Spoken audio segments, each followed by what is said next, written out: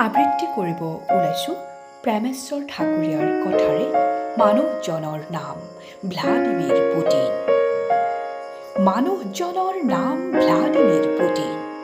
বিশ্বৰ আটাইতকৈ শক্তিশালী পাৰমাণৱিক ৰাষ্ট্ৰখনৰ মুৰব্বী তেওঁ। মানুহজনৰ নাম ভ্লাদিমিৰ পুটিন। মহিদলৰ অতিকৈ আবেদনময় পুৰুষসকলৰ মাজৰ অন্যতম তেওঁ, যাৰ সংলাভৰ বাবে বহু সুন্দৰীয়ে কামনা কৰে। নিৰ্বাচনী যুঁজতো ইয়াৰ প্ৰভাৱ পৰে মানুহজনৰ সপক্ষে। মানুহজনৰ নাম ভ্লাদিমিৰ পুটিন, যাৰ এটি ক্ৰোধৰ চাৱনিতে সৃষ্টি হয় একোটা স্ফুলিংগ, যি স্ফুলিংগই নিমিষতে জ্বলাই ছাৰ খাৰ কৰিব পাৰে এখন দেশ, এটা জাতি। কিয়েভ, খাৰ্কিভ, লাভিভ, মাৰিউপোলৰ দৰে সুন্দৰ সুন্দৰ চহৰক পৰিণত কৰিব পাৰে মৰিশালীলৈ।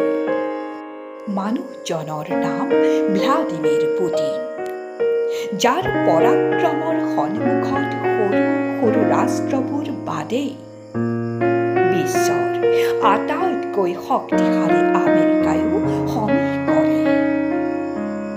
মানুহজনৰ নাম ভ্লাদিমিৰ পুটিন, যাৰ শাসনকালত ৰাছিয়া চাৰিওফালে জয় জয়ময় অৱস্থাত উপনীত হয়। জিডিপি বৃদ্ধি পায় ৭২%, গড় আয় বৃদ্ধি পায় দুগুণলৈ, দৰিদ্ৰতা কমি যায় অভাৱনীয়ভাৱে, আণৱিক শক্তিত সৃষ্টি কৰে নৱজাগৰণৰ। মানুহজনৰ নাম ভ্লাদিমিৰ পুটিন।